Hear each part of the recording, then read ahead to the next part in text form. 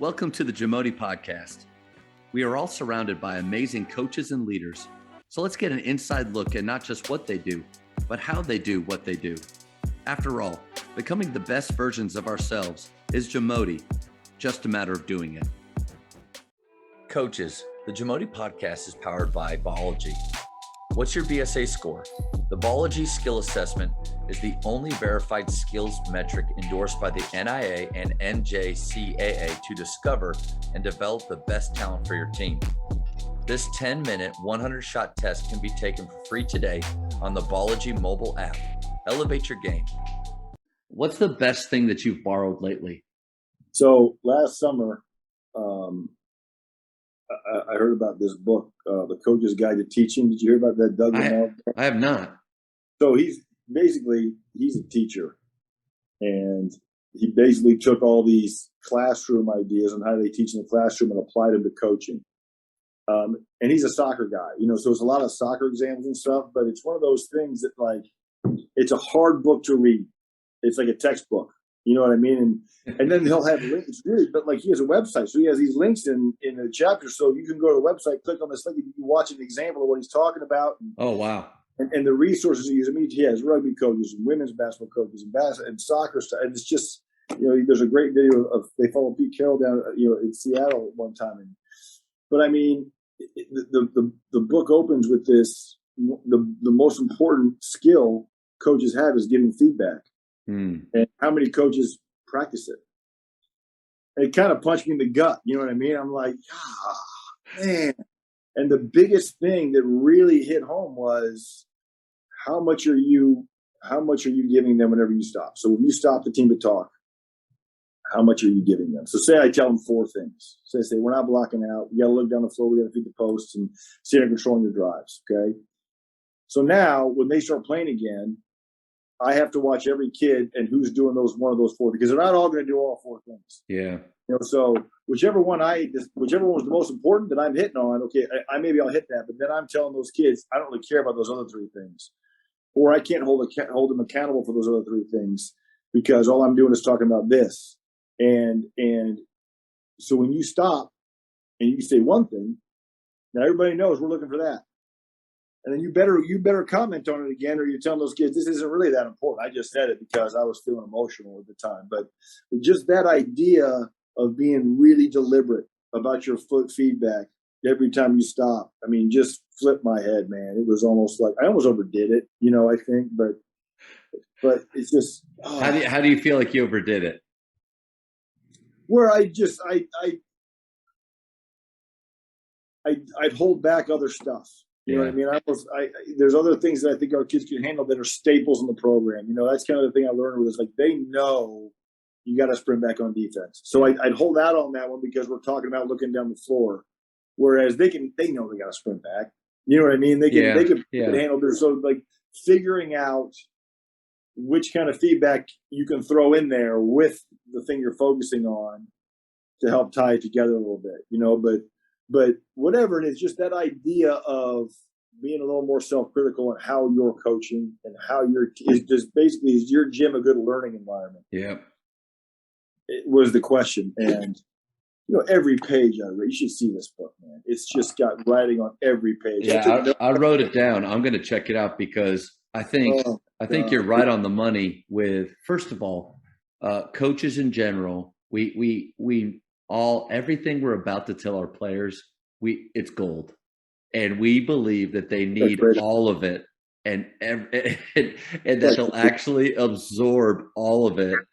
They are maybe listening to the first thing, possibly the second thing, if, like you said, if it's a standard that it just has been hit, we've been hit over the head with it again and again and again. But one of the things that helped me out was working for Point Guard College for PGC. I directed with them for 5 years.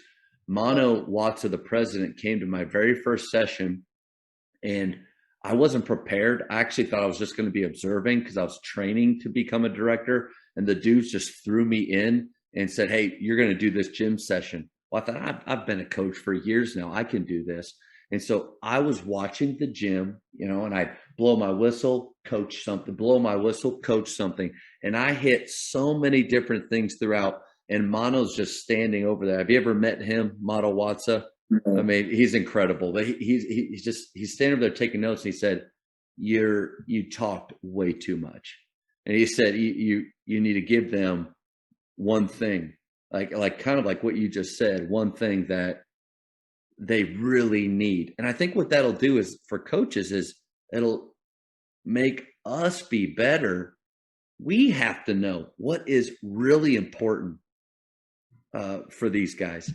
Yeah. Well, and that's the thing. It also helps you focus in on, okay, we're really going to work on this. And that's the thing the whole team needs. And then, you know, I got an assistant who's, this is, you know, he's probably better than I am in a lot of things. He really is. And, but he's now free to kind of wander around and grab guys and give them individual things kind of on their own. You know what I mean? And say, hey, when we're doing this. And so the coaching becomes more specific, you know, and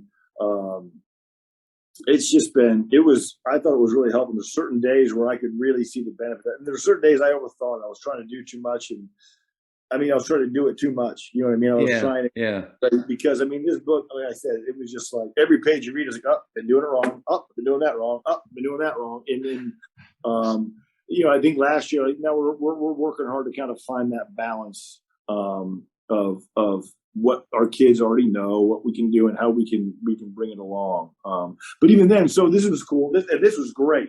Is you do a defense, say, we're guarding pick and rolls this way, this is all we're working on. Okay, hard head, you gotta do this, you gotta do this, you gotta do this. So you play, and then you move on to something else. So say, okay, now we're gonna work on beating the post. So we're gonna beat the post. You come back to ball screen. So it's like you give them the idea in the classroom is, you know, you just give them just enough time to forget, and then you make them bring them back on the road. You don't go back over. It's okay, ball screens now, let's go. And man, that really, you can see it, like the difference. So like the next day when we do it, or what happened, they had a better understanding a little bit, because, you know, if you work on something the first hour of practice on Monday and it doesn't come up again until Tuesday later in practice, they're going to mess it up, you know, and in a way you don't like. But if you do it on Monday, then you sneak back in and do it again on Monday, then you sneak back in and do it again on Tuesday, and then you do it the end of practice Tuesday, they're going to mess it up, but it's in a way you can see why they messed it up, and there's a purpose to how they messed it up, you know, and it's better mistakes. You know what I mean? It's better mistakes. So they're farther along in it every time that they're visiting it again. I think that's brilliant. Yeah. Yeah, this is about, and he's on a couple of podcasts too. He made me feel terrible, you know, and motivated at the same time. Yeah, like, that's a bad thing to feel. You know what I mean? You're getting all this good information, but like I had like 30 pages of notes on this book, and I was just like, I think though, there's another part of this though that I don't want to miss is it has to do with you. I think that's, how long have you been a head coach? I've been a Jesuit for 14 years. Okay. And I was a women's Division III coach right out of college. You know, my second year out of college for 2 years. So you've been doing it. You've been doing this for a long time, but the ability or your willingness to pick up a book, to learn something new, to not be so stuck in your, like, I feel like sometimes I'm very stuck in my ways. And when somebody challenges me with something that I could be doing better, I had this feeling of, you know what? Don't tell me how to check. It's almost like we want our players to be coachable and to be open to learn new things and adapt and try new things. But how often as coaches are we putting ourselves in those positions? So, man, I just want to celebrate you for doing that and going through that process. Well, I can tell you exactly the moment that started was I was the same way. Like if someone said I might be doing something, like I have another assistant who's a science teacher he's a science teacher and he's got a PhD. He'll be the first one to tell you. But like his knee jerk is to argue with you. So anything you're doing, he'll just be like, "Why are you doing it like that? And wouldn't this be a better way to do it?" And then like you'll have this argument or discussion, whatever word you want to use, but I'll get all fired up. Yeah. And at the end, you're like, "Yeah, I agree with you. I just want to see what you thought." And then you just walk out the door, you know, and like, but you have guys like that. It's great to have them. But I can't remember what year it was, but we won district one year, and it was a tie. We tied with someone else, but it was a district. I didn't think going in that was not what a realistic expectation I thought to finish in first in this district. I thought third, maybe I'd be on the bubble for playoffs would be great, you know. And I'm driving home after the game, and I thought to myself, man, maybe I'm good at this. Like, I literally thought that. I remember that popping into my head. And the next 3 years, we lost the first round. 2 of those 3 years to teams we had beat before. And I honestly think it's because most of the kids on our team were ready for the season to be over.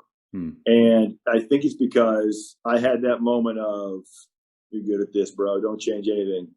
And so, like, every year from that moment on, it's what didn't work. Yeah. What it could have been better. And for instance, like, you got a team of 11 kids, and then you have a team of 14 kids. You can't coach a 14-man roster the same as you coach an 11-man roster. And, like, I did things like that. It's just same approach, same everything.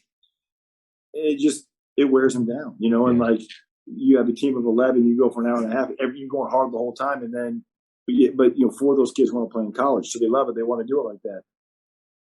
Or you have a very clear top 7 one year, and then the next year you have 12 really that you're flipping coins, you know, and they all got to be managed differently. You got to handle practice differently. You got to have meetings differently. And I wasn't open to it. I was doing things the same way, and it made me real paranoid. To be honest. Yeah.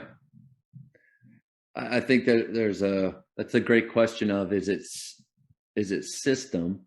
Do you have a system that you are going to run? And system isn't just on the floor, but a way of doing things, no matter what your personnel says. Or will your system adjust to the players that you have that year? And I think that's a great reminder that you had right there, that to self-evaluate after the season, but also not get stuck in that mode or rut of, hey, it worked last year, so why not just replicate that again? No, like, you know, be where your feet are, have your eyes open, and be ready to adjust and change depending on their needs. I think it's a great reminder. It's brand new every year, right? Every year you're starting right over. Like, when they come back in August, it's brand new again, you know. Thank you for checking out today's episode. Please take a moment to subscribe to this podcast, share it with your fellow coaches, and find us on social media for what's coming up next on the JAMODI podcast. It's just a matter of doing it.